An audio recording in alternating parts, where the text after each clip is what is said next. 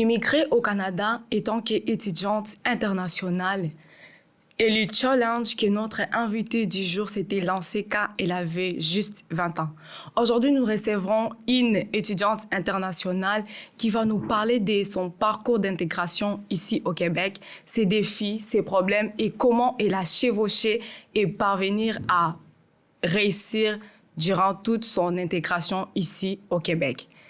Bonjour Jenny, j'espère que tu vas bien. Bonjour Esther, je vais bien et toi? Ça va, j'espère que tu n'es pas stressée comme moi un peu. Un tout petit peu, mais ça va. Donc, j'aimerais juste que tu puisses te présenter pour les gens qui ne te connaissent pas. Je m'appelle Bohun Jakam Jenny la princesse. Ouais. Je suis de nationalité camerounaise, je suis âgée de 22 ans. Je suis étudiante internationale, je fais un programme en technologie du génie civil. Technologie du génie civil. Oui. Mais je pense que technologie du génie civil, c'est un programme d'homme. Pourquoi tu as décidé de faire technologie en génie civil? Tout le monde va dire que c'est un projet d'homme, mais moi je te dis que c'est le projet de toute personne qui est capable de faire ça. Je l'ai choisi parce que j'aime ça et puis ça me parle quand même. Ah, c'est bon, si tu aimes ça, là c'est correct. Bon, je voulais savoir, quand tu faisais tes parcours pour venir ici au Canada, comment tu t'es sentie, genre, quand tu as su que Jenny t'est prise pour venir au Québec, comment tu t'es sentie? Quels étaient tes sentiments vraiment? J'étais vraiment contente quand même parce que, sans mentir, je voulais vraiment quitter le Cameroun. Ah, ok. Je voulais comme aller voler de mes propres ailes. Ouais. C'est sûr que ça a été un peu plus complexe au niveau de aller dans un pays où tu es toute seule. Ouais. Tes parents ne connaissent pas où est-ce que tu pars.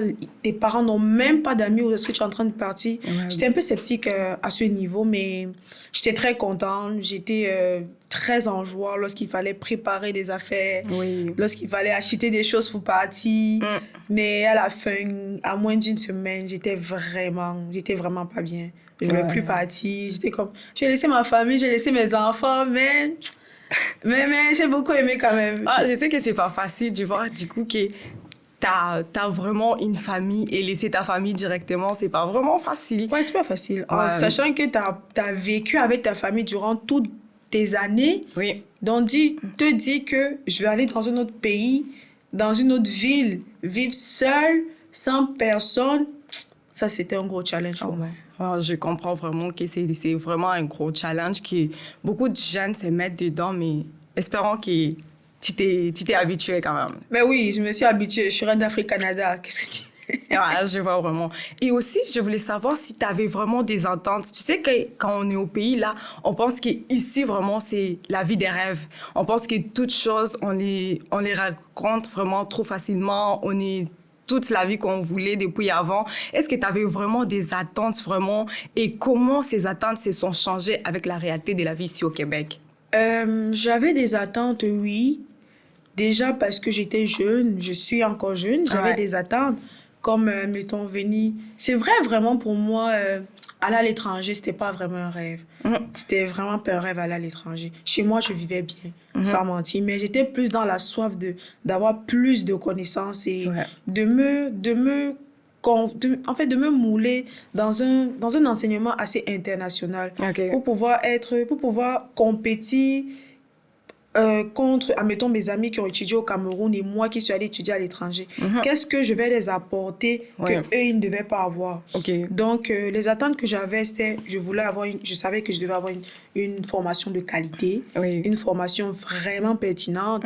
Je m'attendais à avoir des blancs, je m'attendais à avoir des rouges, parce qu'on m'a dit qu'ici, le Canada, c'est un pays qui a beaucoup d'immigrés.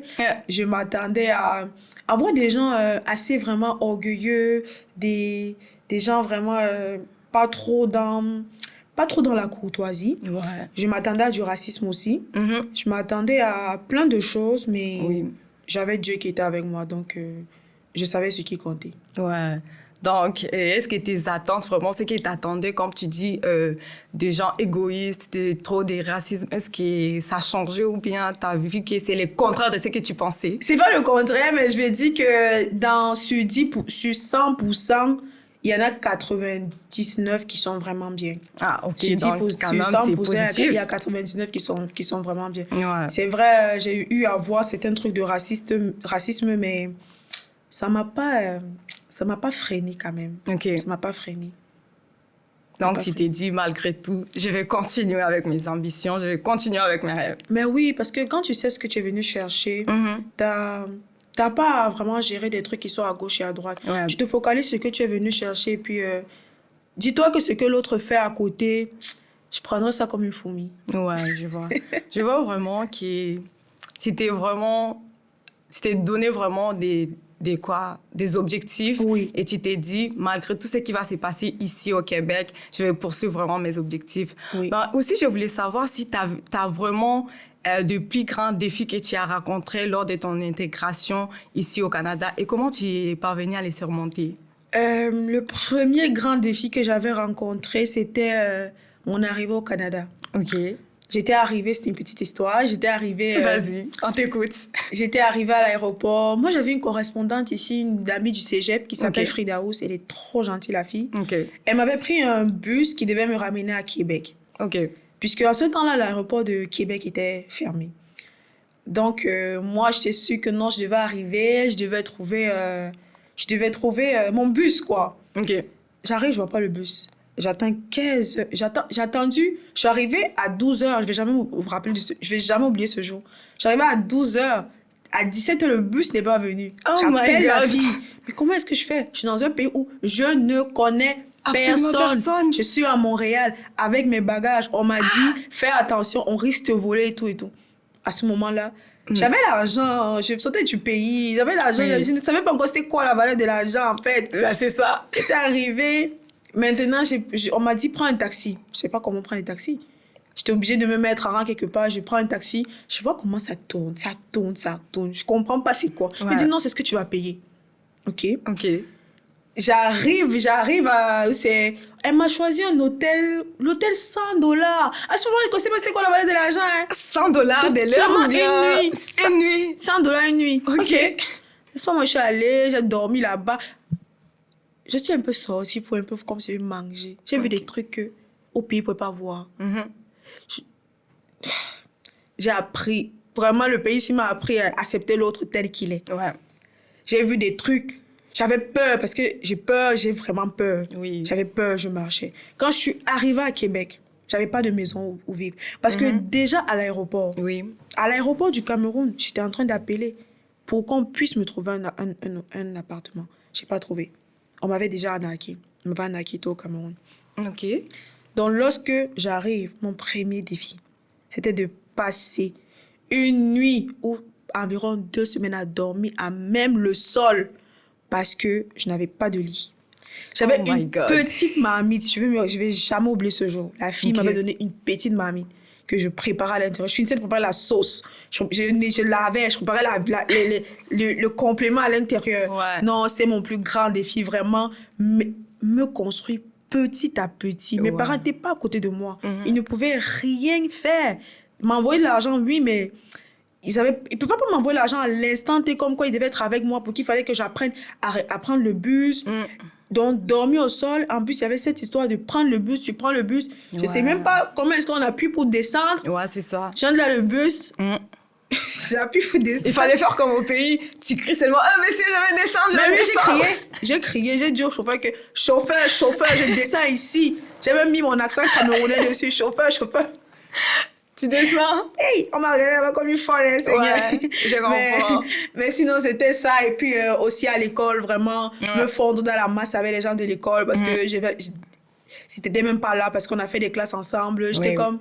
Si j'étais là, j'étais des fois la seule moi dans ma classe. J'étais vraiment scared, j'étais vraiment stressée. Ouais. Je savais pas comment faire. Un jour, je suis assise sur une place. Une fille vient, ça... Ah, j'ai vu ça comme la sorcellerie. La fille, je suis assise. Oui. Je sais pas si c'est la place de la fille, mais moi, est-ce que ça, il n'y a pas de place? Il n'y a pas la place de quelqu'un. OK. Je suis assise. La bonne madame, elle vient. Je m'assois à côté d'elle. Elle se lève et part. Elle passe à autre part. Je me suis demandé que ce que je voulais faire, je voulais même qu'elle sorte directement de la classe.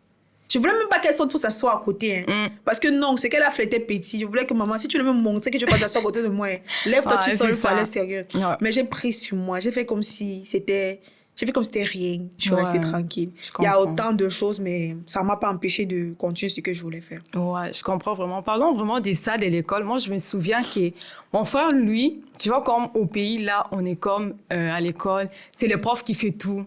Donc, c'est comme, ici, là, c'est comme la pédagogie inversée un peu. Ouais. Donc, lui, quand il est arrivé le premier jour à l'école, il n'avait pas vu ses notes, tout ça, tout ça. Il est arrivé en classe.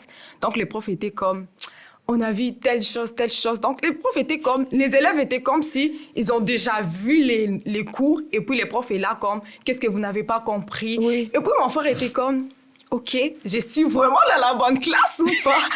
Et puis, il a levé la main, il a demandé, s'il vous plaît, messieurs, est-ce que c'est vraiment la salle d'où je suis obligée d'être? Le prof lui a dit, ben, tu veux nous quitter ou pas? Il dit, mais non. Donc, il était comme, what the fuck? Mais je comprends pas, c'est le premier jour, donc c'est comme l'introduction, tu vois un peu. Ouais. Mais ici, c'était comme, on commence directement et le cours commence. Donc, il était comme étonné. Oui. C'est ça, mais je comprends quand même que c'est pas facile, mais comme t'as fait, bon, tu t'es dit, malgré tout ce qui se passe, je m'en fous quand même, mais ça va aller. Et aussi, quand je dis que tu étais là, mais tu avais juste une casserole pour faire ta nourriture, est-ce qu'au sein de ta communauté, comme ici, quand on arrive, on a quand même des communautés congolaises, des communautés camerounaises, est-ce qu'il y a quand même ta communauté camerounaise qui t'a aidé à mieux t'intégrer ou pas? Non, parce que j'en connaissais pas vraiment. Vraiment, j'en connaissais pas. C'était Esther qui m'avait aidée.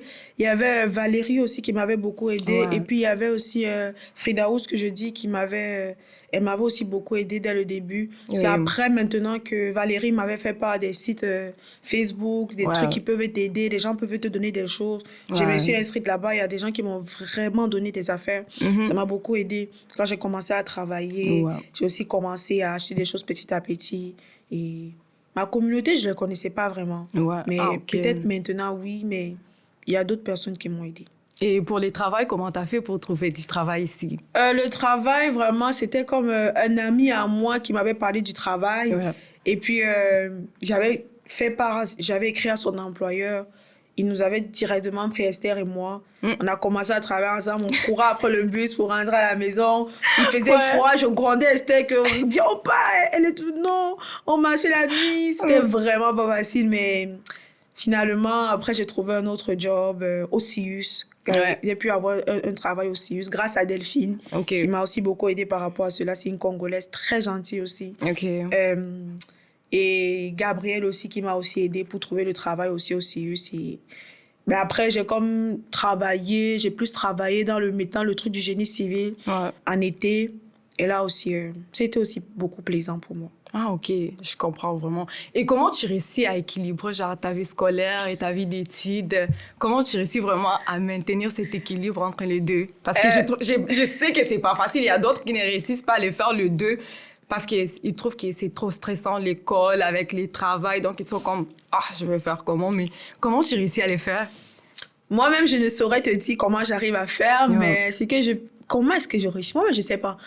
Je pense que j'essaye de mettre les priorités où il faut. OK. J'essaye vraiment de me faire violence sur certains aspects. OK. Disons, pour le travail. Je sais aussi quand est-ce qu'il ne faut pas trop travailler, quand est-ce qu'il faut vraiment mettre la main à la pâte dans l'école. Okay. Admettons, tu as un projet, tu as des trucs à faire, tu as un petit temps libre. Moi, des fois, je suis au travail et puis j'étudie au travail. Je prends mon livre, je vais au travail. J'étudie avec à mes pauses. Des fois, je suis dans le bus. Quand je prends le bus, des fois, si je devais lire une œuvre, je suis dans le bus, je suis en train de lire l'œuvre. Quand je sais que j'ai un truc à faire, je ne pars pas en voiture. Et parlons de lire un livre dans l'autobus. Comment tu fais? Parce que moi, quand même, j'essaye. Il y a des jours, je vois que j'ai un roman à lire, il faut que je termine ça aujourd'hui. Mais je n'y arrive pas vraiment à lire dans l'autobus. Comment tu fais pour lire dans l'autobus? Je ne comprends pas. Je m'assois derrière, je mets le casque, je m'en fous de ce qui se passe à côté et je me concentre à lire. C'est vrai que ça va pas être tellement pertinent, mais des fois, je peux télécharger aussi le livre en audio sur YouTube. Pendant que je suis en train de rouler, ou je suis en train de partir, je suis en train d'écouter le livre. Des fois même, quand je faisais mes cils, j'avais demandé à la fille, j'avais mis la playlist de mon livre. Donc, je me suis endormie en écoutant mon livre, mais c'est pas facile, vraiment. J'essaye de pas trop travailler. Je travaille juste le samedi. Des fois, je travaille tous les fins de semaine. J'ai arrêté. J'ai dit, je vais juste travailler un samedi une fin de semaine sur 2. J'ai compris que ça n'allait pas aussi. J'ai dit, je travaille tous les samedis. Au moins, j'aurai quand même une paye qui va conséquente, qui va quand même m'aider à payer mon loyer et mes parents vont pouvoir m'aider à mettre avec quelques petits trucs. Pas tout le temps, mais quand même, ils vont m'aider.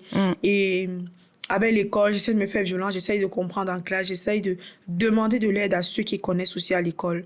Et sinon, ça va quand même. Ça va. Quand tu dis que ça t'arrive aussi d'aider, de demander de l'aide, est-ce que tu n'as pas peur? Parce qu'ici, tu vois que c'est pas tout le monde qui a l'esprit là de demander quand c'est trop difficile à l'école, de demander « Oh, levez la main en classe.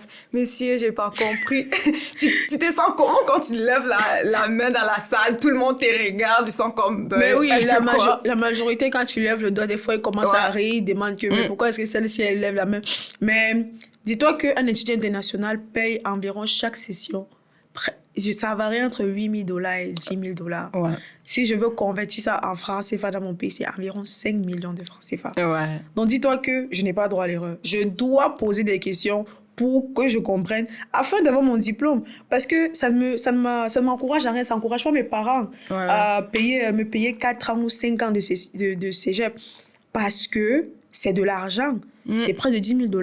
Dis-toi que si moi, je payais un truc comme $241, je pourrais me permettre de n'importe quoi. Je pense que oui, je peux même me permettre de même pas poser des questions à l'école. Parce que demain, $241, c'est quoi? Je travaille là 2 jours au CIUS, on me paye mon $241. Je paye ma session tranquillement. Mais dis-toi qu'en hiver, je dois payer un $10 000. En automne, je dois payer un $10 000 chaque année. Donc, ce n'est que ça qui me galvanise encore plus de dire que je dois poser les questions, même si tu te moques de moi. Car c'est ton dada là-bas, c'est pas mon histoire. C'est pas ton histoire. À chacun son combat. Ouais, je vois vraiment que toi, vraiment, t'es comme, OK, à chacun son combat. Moi, je fais ce que je dois faire, c'est tout. Je regarde pas les autres. Je fais ce que je dois faire. Je regarde les autres quand ils ont besoin de soucis. Mais lorsqu'il s'agit vraiment de niaiser, je vais parler vraiment québécois. Lorsqu'il s'agit de niaiser ou lorsqu'il s'agit vraiment de faire le paresseux, de faire des trucs vraiment qui sont pas pertinents. Tu vas me parler des trucs que tu vas venir faire le Congo ça avec moi sur tel truc. Tu vas venir... En fait, gars, nous sommes en train d'étudier. Oui, on peut rire, on peut bavarder, mais il y a le temps pour être sérieux. Il y a le temps pour vraiment s'amuser. Donc, c'est un peu ça. Ouais, je comprends vraiment qu'il y a vraiment un temps pour tout. Et je vois que tu gères très bien tes affaires parce que c'est pas vraiment facile. C'est pas vraiment facile. Même si tu es étudiante internationale, mais il y a aussi des étudiantes qui sont permanents ici, mais vraiment, c'est pas facile pour eux de gérer l'école, le travail et autre chose. Et aussi, je vois que tu portes genre un bandeau des reines d'Afrique. Peux-tu nous parler un peu des reines d'Afrique? C'est quoi ça? Lorsque je suis arrivée au Canada, je me suis donné pour objectif d'impacter ce pays de la plus belle des manières. Lorsque j'ai quitté le pays, j'ai prié, j'ai dit, Seigneur, bénis la terre que je vais frôler. Et c'est ce qui se passe au fur et à mesure de ma vie. Quand je suis arrivée au cégep, j'ai dit, je veux qu'on parle de moi, mais de façon très positive. Je veux aussi que lorsque j'arrive dans ce... Je veux être élevée à un niveau où, non, Dieu va même dire que ma fille, c'est correct. Me dire que je suis quittée, je suis le flambeau de ma famille. Je veux... en fait, je veux être quelqu'un ici dans ce pays. Et qu'on se dise qu'une étudiante internationale a pu faire ça. Moi, je suis capable de faire ça. C'est ce que je veux donner aux autres. Quand j'étais au cégep, j'ai participé à plein de trucs. J'ai fait Moi, je cuisine avec toi. Je pense bien. J'ai fait le show mode. J'ai fait plein de choses. J'ai fait même cégep en spectacle. J'étais parmi les finalistes du cégep. Après, je me suis dit, je veux m'impliquer quelque part. Et ce que je veux faire, je veux que ce soit un canal pour mon élévation ou pour qu'on m'entende. J'ai voulu participer à Miss Québec. Je me suis dit, non, Miss Québec, peut-être plus tard. Je vais essayer de voir. Je voulais participer à Miss Cameroun-Canada. Ça n'existait pas. Ah, ça n'existe pas. Ça n'existait plus à ce qui paraît. Parce que j'avais rencontré celle qui faisait Miss Cameroun dans un événement au Festival de Beauharnois. Et puis, j'ai scrollé les réseaux sociaux. J'ai vu Reine d'Afrique Canada. J'ai vu la Reine d'Afrique Canada. J'ai dit, moi, je vais gagner ce concours. Je l'ai clairement dit, je vais gagner ce concours. Donc, tu as vu seulement et puis tu as dit, je vais gagner ce concours. J'ai dit, je vais gagner ce concours. J'ai écrit à la madame qui s'occupe de ça. Elle m'a dit, non, les trucs ne sont pas encore corrects. Tu peux... J'ai dit, c'est pas grave. J'ai attendu, elle m'a écrit, elle m'a dit, c'est correct. Je sais que c'était à Montréal. Ouais. Moi, je suis à Québec, Montréal. Tu vois, t'as un blocus d'abord de transport et tout. Oui. Après, je me suis dit, je vais partir. Et mon déplacement ne sera pas vain. Je vais gagner. Qu'il pleuve ou qu'il neige, je vais gagner. Tu vas gagner. Parce que donc, tu étais sûre de toi. Mais oui, parce que ce que je veux... En fait, parce que ce que je veux apporter ou ce que je veux donner sera très pertinent. Et c'est ce que je veux. OK. J'ai fait la campagne. J'ai montré, en fait, aux autres qui je suis. Oui. Quelqu'un de très serviable, très gentil, très à l'écoute aussi. Et c'est vrai que je me fâche beaucoup, mais ça ne se voit vraiment pas souvent. Et quelqu'un de très souriant. Ouais. J'ai participé. On avait la finale, je pense que tu étais là le jour de la finale. On avait la finale le 20 juillet. Oui. Le 20 juillet. Il fallait que chaque fille passe en tenue traditionnelle. Il y avait plusieurs nationalités. Il y avait des Togolaises, des Centrafricaines, des Ivoiriennes. Oui. Il y avait plusieurs nationalités. Il fallait que tu devais comme te présenter, donner ton projet, défiler en tenue traditionnelle, il fallait danser, montrer en fait pourquoi est-ce qu'on doit t'élire. Ouais. Durant tout le processus, il y avait le vote du public. OK. J'étais la première au vote du public.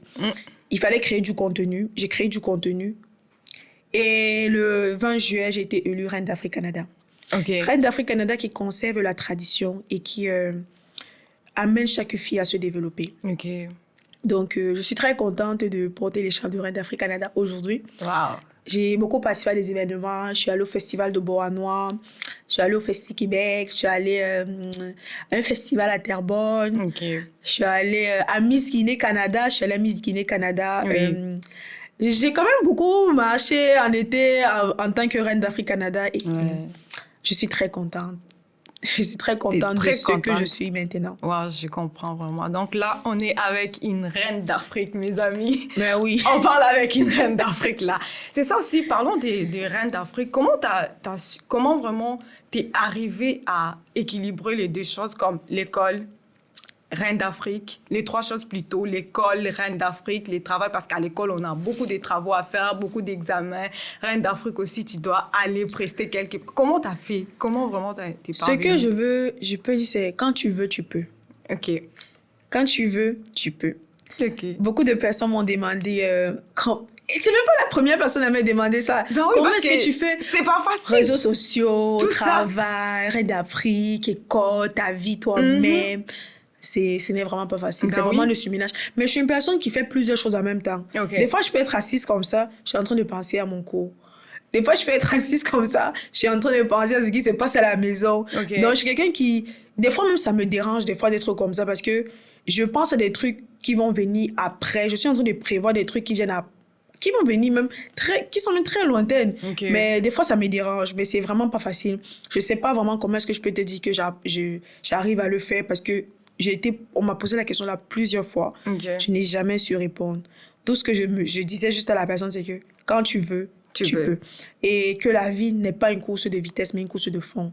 Donc, quand tu peux faire quelque chose, dis-toi que tu es capable de le faire. Même s'il y a quoi qui t'empêche, tu es capable de te donner tous les moyens. Il y a de l'organisation. Il y a... Admettons, tu vas pas me dire que quand tu étais à l'école primaire, lorsque tu voulais être première de la classe, tu avais tes parents qui t'envoyaient pour aller écraser n'importe quoi. Ouais. Tu avais tes parents qui t'envoyaient chez ta tante aller passer les vacances. Là-bas, tu n'avais même pas le temps d'étudier même. Ouais. Mais tu t'es forcé. Tu te disais que je veux être première de la classe. Déjà parce que je veux être fière de moi. Déjà aussi parce que je veux que mes parents soient fiers de moi. Okay. Et aussi parce que je veux que le nom de mes parents soit élevé. Et c'est ça vraiment qui doit être le mot de motivation de tout le monde. Les mots de motivation de tout le monde. Tu veux être fier d'abord de toi-même. Oui. Toi-même. Ah ouais, je comprends. Est-ce que ça t'arrive aussi de te concentrer genre sur une chose au lieu de faire ça, de gauche à droite? Ça t'arrive de te concentrer seulement, tu t'es dit, je vais faire ça et je me concentre à ça. Quand je termine, je prends une autre chose. Sans te mentir, non. C'est pas possible. C'est même pas possible, je n'arrive pas. Okay. J'ai trop de choses dans ma tête. Des fois, je peux me coucher, je me réveille, admettons vers 5 heures, je fais la prière et tout. Je dois faire un montage vidéo. Je suis couchée sur mon lit, mais je fais le montage vidéo à l'instant T. Je me suis développé aussi beaucoup de capacités sans même savoir. Je n'avais pas de capacité dans le montage. Ouais. J'ai appris à faire ça. Je n'avais pas de capacité dans la photographie. J'ai appris à faire ça. J'avais pas... plusieurs choses parce que j'essaie de toucher à tout. Donc, des fois, je peux être couchée à 5 h du matin, je finis la prière, j'arrive plus à trouver de sommeil. Je pars faire un montage vidéo. Okay. Et puis, je le poste. Oh, je vois vraiment, c'est un talent. C'est un talent inné parce que moi, je me demande comment tu fais. Parce que moi, je suis comme... Je peux pas arriver à faire 3 choses en même moment et me focaliser vraiment sur les 3 choses. Je dois prendre une chose à la fois. Oui. Pour bien faire les choses, je dois prendre ça, je termine et puis je commence une autre chose. Mais je trouve que toi, vraiment, tu as un talent exceptionnel de faire 3 choses à la fois et terminer sans problème. Vraiment, waouh, c'est vraiment du wow parce que c'est pas vraiment facile pour tout le monde. Et aussi, au sein de la communauté québécoise, est-ce que tu es parvenue vraiment à bien t'intégrer, à avoir des amis, tout ça? Oui, j'ai quand même des amis québécois, j'en ai. Une s'appelle Béatrice. J'en ai quand même plusieurs. Mais qui font plus partie du comité de pairs des étudiants réfugiés. Okay. Donc, c'est aussi une grosse communauté qui est aussi trop gentille, même. Ouais. Trop gentille. Okay. Béatrice, vraiment, un petit clin d'œil à toi. Tu es vraiment très gentille, sans te mentir.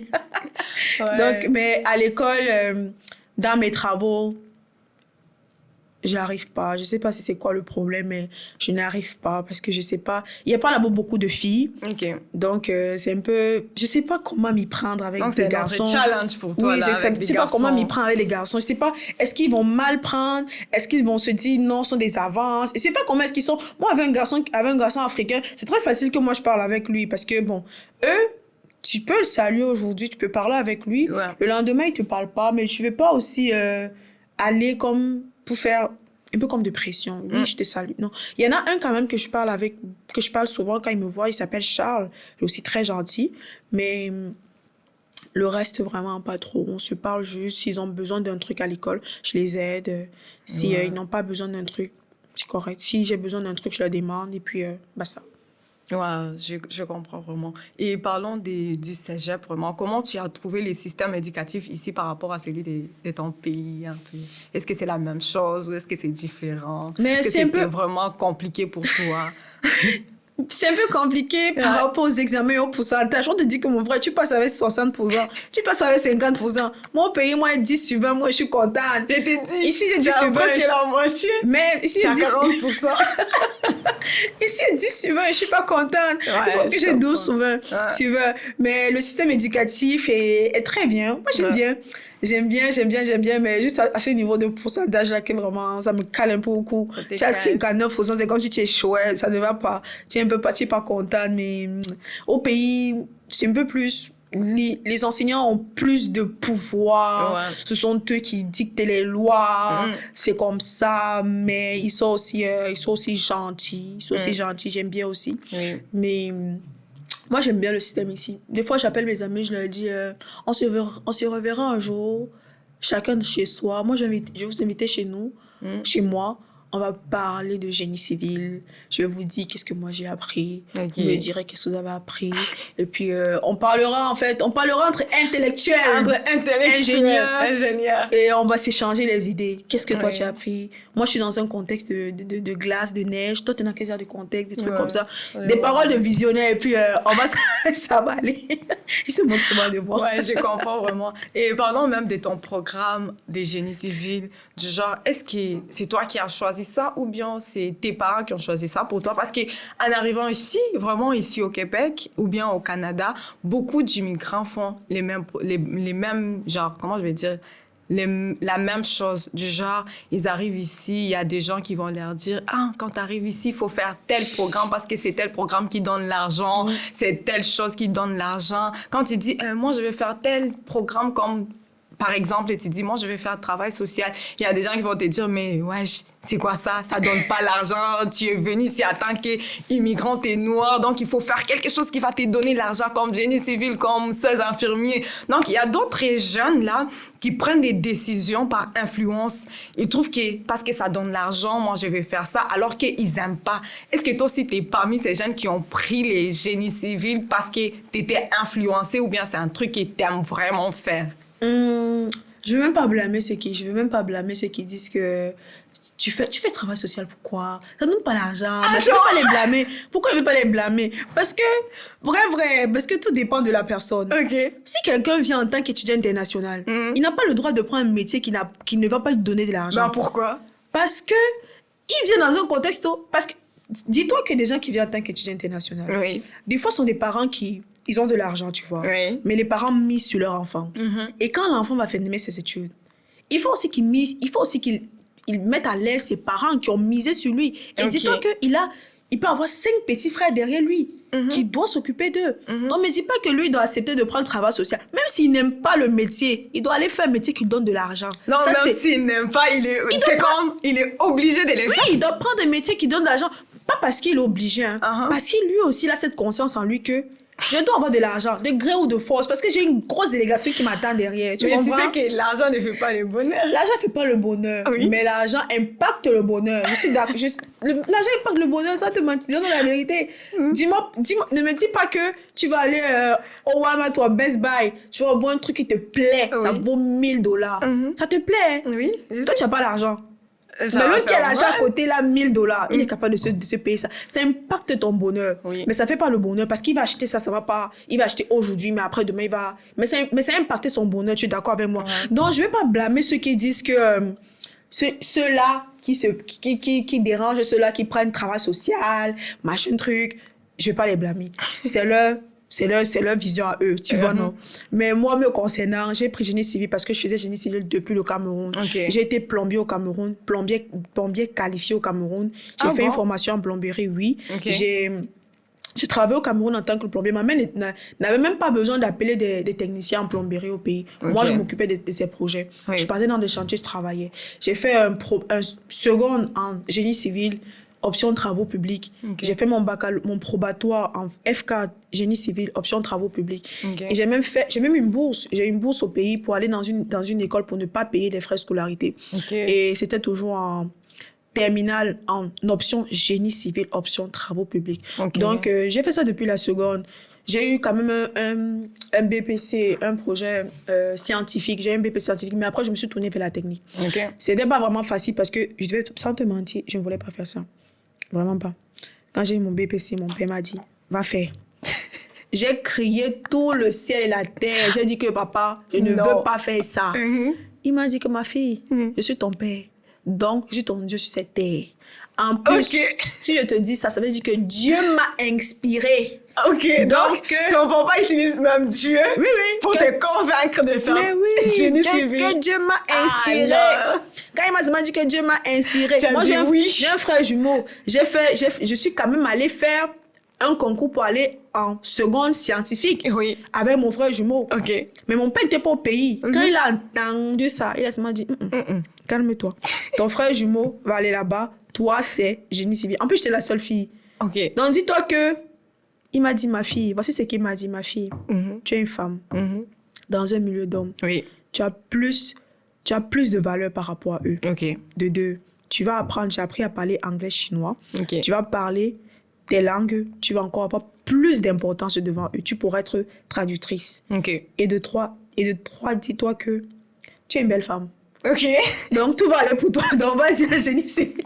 Donc, je suis allée, j'ai beaucoup aimé quand même. J'ai été major de mes classes de la seconde en terminale. Et puis, j'ai dit, je vais continuer à faire le génie civil au Canada. Je suis très contente. Je suis vraiment contente de faire génie civil. C'est vrai, c'est difficile. Avant, on me disait que tu fais génie civil, tu es forte. Il disait que non, laisse c'est ça le petit truc. Maintenant, tu me dis que fais génie civil, je dis que je suis très forte. Oui, c'est ça, parce que c'est pas facile. C'est un métier d'homme. C'est rare des fois qu'on trouve des femmes dans des métiers pareils. Oui, c'est pas facile au chantier. C'est pas facile au chantier. Mais sinon... Ça va, t'aimes ça. C'est bon. C'est une bonne chose, vraiment, comme t'aimes. Comme c'est ton père qui t'avait dit d'y aller et tu trouves que vraiment t'aimes ça, ça fait ton bonheur, c'est vraiment très wow. Parce qu'il y a d'autres qui prennent des décisions, mais après ils sont comme, oh non, comment je l'ai pris? Pourquoi j'ai fait ça? Ils commencent maintenant à regarder d'envisager d'autres choses à faire parce qu'ils trouvent que finalement, je n'aime pas.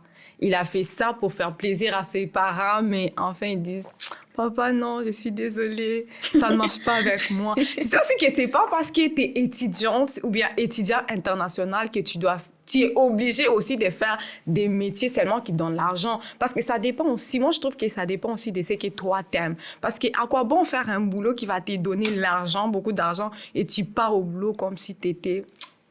Comme si vraiment on t'est forcé d'aller faire les travaux.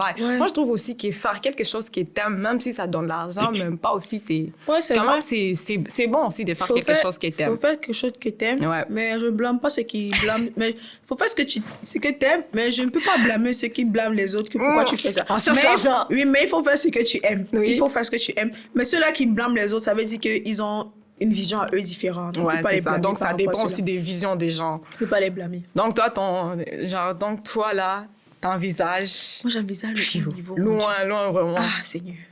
Ah, c'est bien aussi d'envisager vraiment très loin. C'est vraiment correct. Je trouve que c'est vraiment bien parce que moi, je me dis que c'est pas vraiment facile. Parce que moi, de mon côté, j'étais comme, qu'est-ce que je veux faire? Moi, mes parents voulaient vraiment que je fasse infirmier. J'ai essayé de les faire, mais j'ai vu que c'est pas vraiment moi. Oui. Je veux aider les gens, mais pas vraiment en les soignant, vraiment. Oui. Je vais chercher autre chose qui va m'aider à aider les gens, mais dans une autre manière. J'étais comme, non, je n'en peux plus. Oui. C'était stressant, j'étais vraiment stressée, mais j'ai dit non. Je me suis dit, je vais pas vraiment lâcher, mais je vais continuer, mais je vais changer quand même de programme pour faire quelque chose que j'aime. Oui. Et aussi, quand c'est trop stressant, est-ce que ça t'a déjà arrivé un jour de te dire non? Je suis fatiguée, je suis stressée, je vais abandonner les cours, je vais vraiment abandonner tout, prendre comme une pause des études pour faire autre chose. Non, jamais. Pourquoi? Parce qu'il y a d'autres qui le font et se disent, c'est trop stressant, je vais prendre d'abord une pause là pour récupérer puis continuer avec les études après. Oui, je peux pas les blâmer aussi. Ça dépend de chaque personne. Oui. Chaque personne est unique en son genre. C'est ce qu'on doit savoir aussi.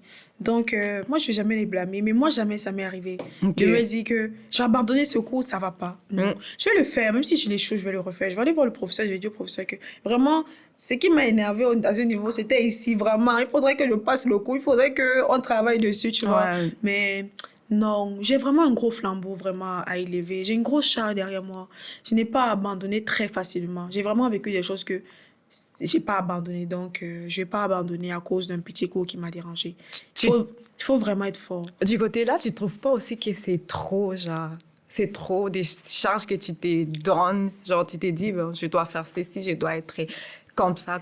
C'est ça qui est bien. Que c'est trop. Mais c'est ça qui est bien. C'est comme... quand tu veux faire un truc... Moi, mon père, avant d'être docteur en droit, il avait des objectifs. Okay. C'est ça que chaque personne doit avoir dans la vie, des objectifs.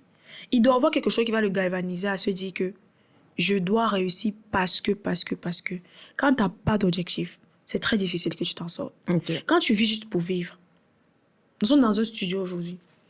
Ils sont donnés pour objectif de monter un truc. Okay. Ils avaient des objectifs bien précis. Oui. Ça a été fait.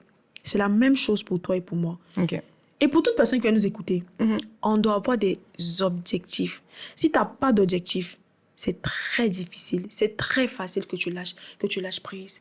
Mais quand tu as ton objectif que j'ai ma mère, je veux que ma mère roule dans une grosse voiture.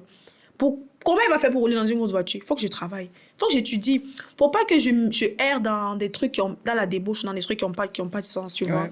Si j'ai pour objectif que je veux que mon petit frère ait la même formation que moi, je veux qu'il immigre au Canada, je veux qu'il immigre dans un autre pays pour avoir la même connaissance que moi, il faudrait que je fasse quoi? Il faudrait que je travaille. Il faudrait que je me donne un nom.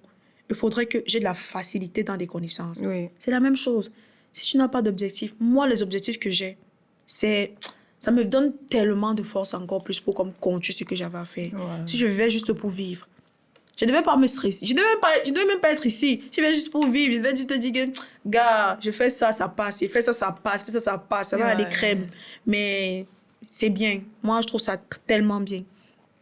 Donc, tu es parvenu à réussir jusqu'à aujourd'hui. C'est parce que tu t'es donné des objectifs et tu t'es dit, je vais suivre vraiment à la lettre tous mes objectifs jusqu'à ce que je les réalise. Pas à la lettre, mais je vais suivre mes objectifs du mieux que je peux. Du mieux que tu peux. Oui. Ah, OK. Merci beaucoup. Vraiment. Parce qu'il y a d'autres qui se donnent des objectifs, mais ils trouvent que non, peut-être j'ai mal formulé mes objectifs. Oui, je des fois, vais recommencer. Peut-être des fois, tu formules mal tes objectifs, c'est vrai. Pas facile. Mais ouais, il y a d'autres objectifs, on fait, mais c'est pas comme on s'est dit, c'est pas smart, comme on peut dire, c'est pas vraiment smart. Il dit que c'est pas vraiment atteignable, mes objectifs. Donc, je vais encore reformuler pour vraiment arriver à la fin de mes objectifs. Oui, c'est pas grave. Tu peux reformuler tes objectifs tant que c'est ça que tu veux. Tant que tu as des objectifs, c'est le plus important. C'est pas grave, même si tu les reformules. Tant que tu as tes objectifs à toi à atteindre, c'est la meilleure des choses. Ouais, vraiment. On comprend que ton intégration n'était pas aussi facile comme on le pensait, mais quand même, ça va t'arriver vraiment à faire le mieux que tu peux pour y arriver jusqu'à aujourd'hui. Et je voulais aussi savoir comment tu t'es sentie maintenant.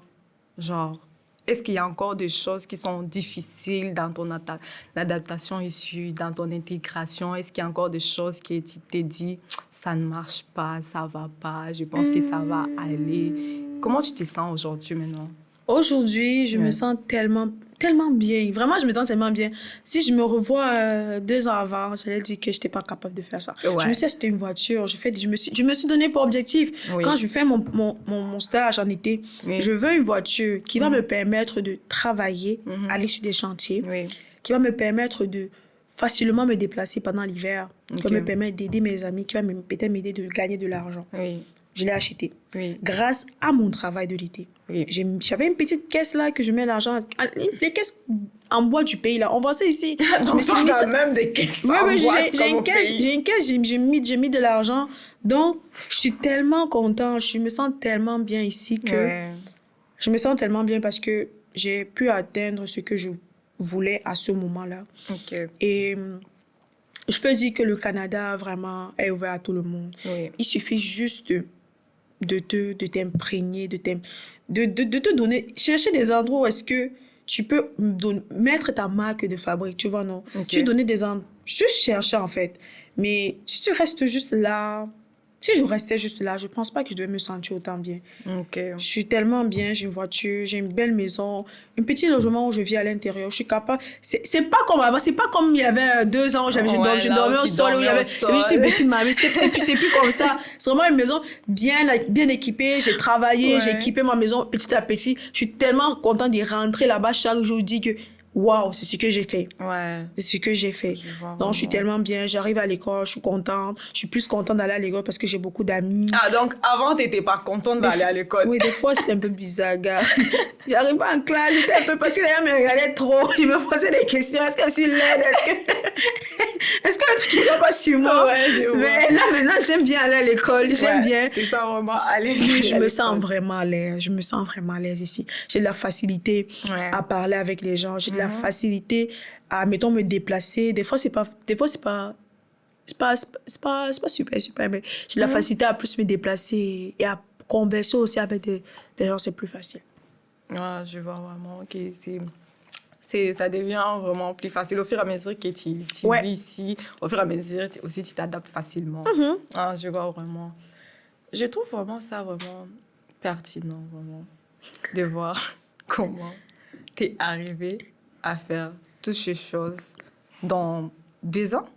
Oui. Dans 2 ans, tu es parvenue à être reine d'Afrique, Canada. Vraiment, je suis vraiment aussi contente de toi. Merci beaucoup, Esther. Je suis vraiment contente de toi parce que c'est pas... Moi, du tout, vraiment, je trouve que c'est pas vraiment facile. C'est pas vraiment facile venir ici seule. Tu connais absolument personne, encore trop jeune, et faire des choses comme ça, des grandes choses. Je trouve vraiment que c'est du wow. Vraiment, courage. Et continue comme ça. Merci, Esther. Et aussi, quel conseil tu peux donner aux nouveaux arrivants ou bien à d'autres jeunes comme toi qui sont déjà arrivés ici, mais ils savent vraiment quoi faire. Ils savent même pas par où commencer, par où terminer. Quel conseil tu peux leur donner pour leur faciliter à mieux s'intégrer ici au Canada, surtout à Québec? Je vais leur dire, believe in you, croyez en vous. Okay. Il faut beaucoup croire en soi. Il faudrait qu'ils croient en eux. Il faudrait qu'ils sachent que ils sont vraiment uniques en leur genre. Qu'ils sont capables d'impacter ce pays de la plus belle des manières. Okay. Il suffit juste qu'ils se donnent pour objectif. Aussi, qu'ils ne soient pas freinés, qu'ils ne soient pas freinés, qu'ils ne trouvent pas de blocus par rapport à la langue, par rapport aux personnes, par rapport au racisme, par rapport à plein d'autres choses, non. Faudrait qu'ils prennent ça tellement, la plus petite des choses, vraiment, faudrait qu'ils prennent ça tellement très minime. Et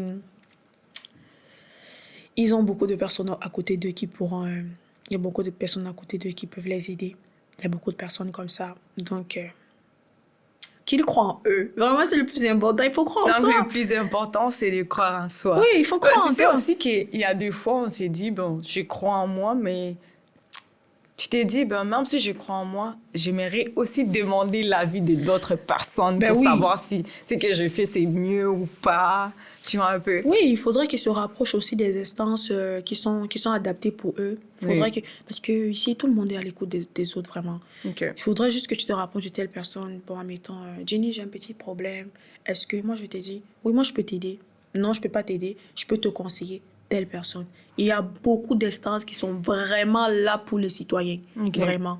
Donc, crois en toi. Dis-toi que tu es unique. Donne-toi des objectifs et puis parle aux autres. Ah. Merci beaucoup, Jenny. Merci beaucoup, Esther. Merci beaucoup, vraiment merci pour accepter notre invitation de ce jour et nous raconter encore ton parcours ici au Canada. Vraiment, on est vraiment contente et j'espère qu'il y a d'autres jeunes qui vont apprendre beaucoup de choses à partir de ton histoire et ils vont savoir aussi comment ils vont s'intégrer facilement ici au Québec. Merci beaucoup. Merci beaucoup, Esther. Ça a été un plaisir. Et on sait qu'un autre jour, tu seras avec nous. Et on invite aussi d'autres jeunes entrepreneurs, artistes à venir participer à notre podcast « Ton nouveau chez toi » pour nous parler de leur parcours d'intégration ici au Québec. Merci beaucoup. Merci. Le balado Ton nouveau chez toi est soutenu par le Forum jeunesse afro-québécois dans le cadre du projet Initiation à l'engagement citoyen et au leadership. Ce projet est financé en partie par le